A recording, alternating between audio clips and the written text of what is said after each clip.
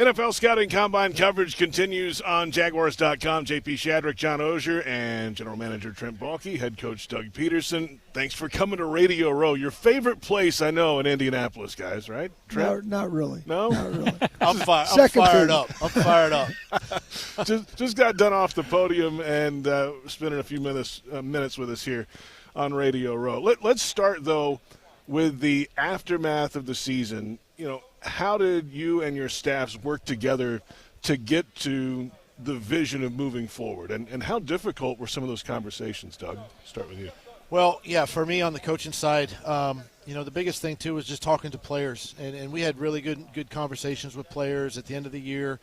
Just how can we as a staff help them and do better, right?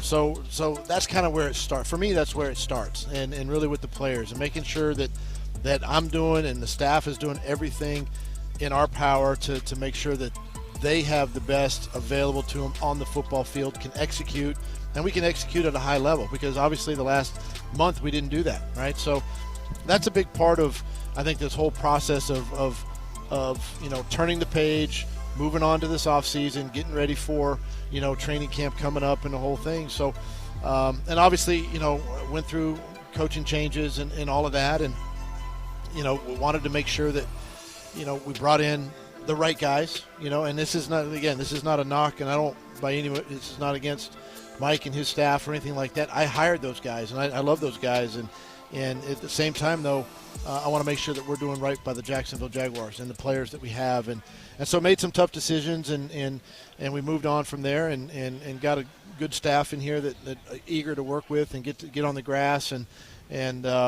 begin to put those pieces together with our players and looking forward to, what's coming up this spring.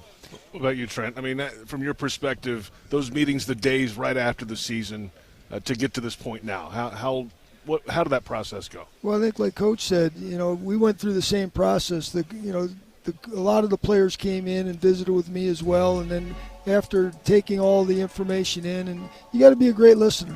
You got to sit down and listen to what the players have to say. And then Coach and I sat down and we shared notes, because they're going to talk to me a little bit differently than they talk to Coach, and vice versa. So we shared notes. We got on the same plan. Same understanding of what the players were saying, and then we have the discussions, and then you take those discussions and you have action. When you end up the way we did, there's the whys, and the first thing you got to do is answer those questions. What are the whys? How did we end up there? And I think we did that. We assessed it, and if we do that and we make the changes that we feel we need to make, we're going to be looking back and saying this was a good process that we went through. This organization maybe needed to go through this to get to where we ultimately want to go. Nobody likes to lose. Nobody likes to be out of the playoffs. But really at the end of the day, there's only one team standing that's happy with how their season ended. We obviously weren't happy. We got together. We sat down. We talked it through. We made a plan along with the rest of the staffs, both personnel and coaching. And now it's time to execute it. Trent, I think you said right after the season, hey, this was not a 1-16 team. This was a 9-8 team. After sort of grinding through 6-7 weeks of conversations, how do you feel about this team right now for both of you? And is there a tangible step to get to where you want to go? Well, I think we got a pretty good football team. We got some good football players, some really good football players. We got some really good guys that are bought into the culture that we're establishing, and we're always looking to add to that. We'd like to sign all our own back. That isn't always feasible or reasonable, right? So you take a look at where we're at, what moves we need to make, and you put a plan together. And you put a plan together with the coaching heavily involved in what needs to take place over the next several weeks and months to build this team into a championship caliber team. We're only in it to win it. Right. We're not in it for second place. And so every decision we make is focused on that end goal. And, Doug, is this a huge step or, a heavy lift to get to where you want to go, or how would you assess it? Well, no, I agree with Trent. And listen, we've got the right nucleus of guys. We all feel like the quarterback's in place. We got to continue to work him and get him better, just like we do the rest of the team. But that just comes through the hard work and preparation that we put in, not only in the classroom but on the football field. And that process will begin coming up April 15th when we start the offseason program. But, again, you have to address the whys. You have to assess that, but then you move forward and you put a plan together and you go execute your plan. And so that's, I think, what we're excited about for this coming season. Obviously, the off season and then training camp and accountability, making sure that coaches, players, we're holding each other accountable, that we're getting that plan executed. Doug Pederson, Trent Baalke with us here on Radio Row at the NFL Scouting Combine in Indianapolis. And just this time of year, I mean, it's got to be the busiest time of really any offseason. Pending free agents, maybe not going out the door. Free agents after the new league year, you've got to figure that out. Pre-draft, all that is lumped in together. So how do you balance your days? Trent, let's start with you. What happens on a day-to-day basis to compartmentalize some of these things? Well, you got a checklist of all the things that you got to hope to accomplish this offseason, and you just work diligently. You balance the day. Obviously, we're trying to get ready for the draft. We got free agency coming. We got extensions we're working on. We got contracts we're working on, at every level within the organization. So there's a lot going on, and you got. First of all, it's not just me. It's not just coach. We got a lot of people working with us, and that's an important thing to understand. And they do a heck of a job. So we're prepared for the next couple of weeks, especially as we move into free agency, but there's a lot of work to get done, so you just try to balance the day the best you can. Well, knowing we don't have forever to talk to you guys, always got to ask about Trevor Lawrence. You mentioned him. You said on the podium, no doubt he's the guy. Tell me about what you want to see from him in the offseason and what step you want to see from him next year. Yeah, he's definitely the guy, and we can definitely win with him. And, and just taking another step with this team, leadership, accountability, making himself better, and that falls on us as coaches to coach him and then for him to accept that, in which he has and will do, and getting himself in position to kick off the season coming up. So, that's the exciting part of getting him back in the building and working with him. And obviously we gotta go through the growing pains. We got to go back through and watch our season, and the players have to understand the whys too, and we have to show them, the good, the bad, and the ugly. But at the same time, making sure that we stay positive and encourage them, because, we do have the right guys. He's a big piece and a big part of it. And moving forward, making sure that we're doing everything we can of putting these guys in positions for success. Obviously, two of the biggest names in pending free agency coming up, Josh Allen, Calvin Ridley, and you guys addressed them on the podium earlier, right? But that there's conversations later today with Josh Allen's folks. You talked to Calvin last week. But in general, have they gone as smoothly as you could have hoped? And over the last couple of weeks, how has that gone, Trent? Well, we've had good communication, good dialogue.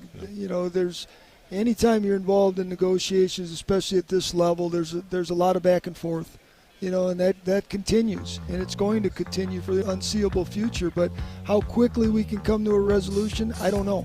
I wish I had the crystal ball and we could make that happen. But we're going to work hard on our end, and I know they'll work hard on their end. And we're going to keep our discussions private, but we're going to keep working at it. We asked you on the podium, Doug, but maybe a different audience here. Ryan Nielsen, specifically, what did you like about him? What do you like about him, and what he's going to bring to this defense? I think you look at his track record, where he's been, who he's coached with. All that has kind of shaped his philosophy. Obviously a former player, but I love the fact that he's coming in with a mindset of attacking and being aggressive, right? And that's something that our defense kind of prides himself on, and we can get back to that a little bit, and how he wants to utilize our personnel on defense, and we know we've got to add some pieces to that and create some depth and competition, but. Right there, just the fundamental details, the simplicity of what he's teaching, and really getting the players to buy into that scheme and wholeheartedly going out and the way we, I guess, practice and prepare every single day are all things that kind of drew me to him. And through the interview, we interviewed some great candidates. I mean, some great candidates, and he was our last one actually that we did, and just excited to work with him here in the future. Trent, you were in that process too, right? So being in that room when Doug's going through the interview process, I mean, what did you find out about his coaching style, Doug's coaching style, and the possible candidates coming in? Well, just the synergy that Coach and him had when they got up and started going back and forth on the board. But really liked Ryan, and like Coach said, we had a lot of good candidates, a lot of great candidates that came in, and that would have done a heck of a job. But we settled on Ryan, and the relationships he talks about and has built through his career, the emphasis he puts on teaching, all things that were very attractive. And he's going to do a heck of a job for us. And again, I'm in there. I'm not a coach. He coaches. Yeah. I'm a personnel guy, and I like to keep it that way. So, I just in there for support and guidance and listen to each other, and once again, supporting that part of the process. All right, I know this is combine. I'm not sure the number. Your first combine, 1998, Doug. Your first, Gosh, do you remember almighty. I wasn't as a player.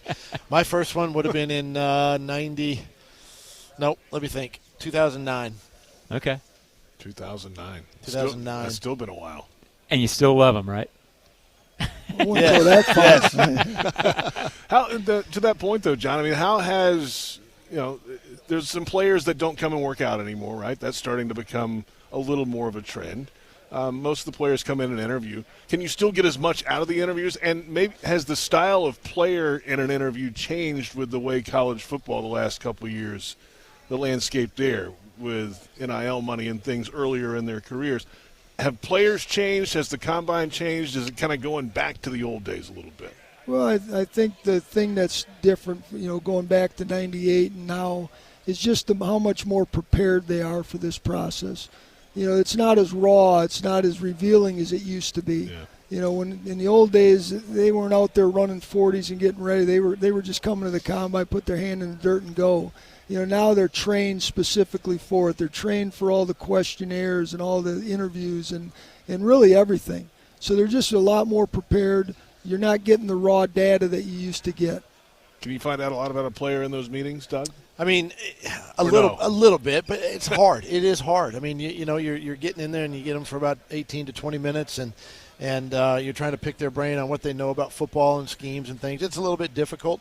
I kind of like the 30 visit when we get them into our building. If it's a lot of these guys will be in our building, coming up later this spring, and we can sit down and spend a whole day with them. I think you get to know more there, or a pro day, or a private workout.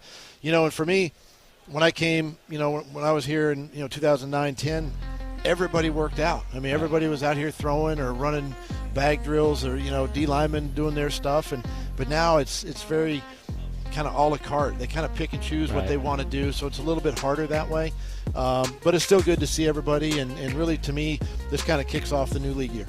Yeah, the new league year a couple weeks away officially, the 13th of March, but it certainly starts here in Indy. Thanks for taking the time, guys. We really appreciate it. Thank you. Enjoy Guys, the rest of the thanks for trip. having us. Trent Baalke and Doug Pederson joining us here at Radio Row on Jaguars.com.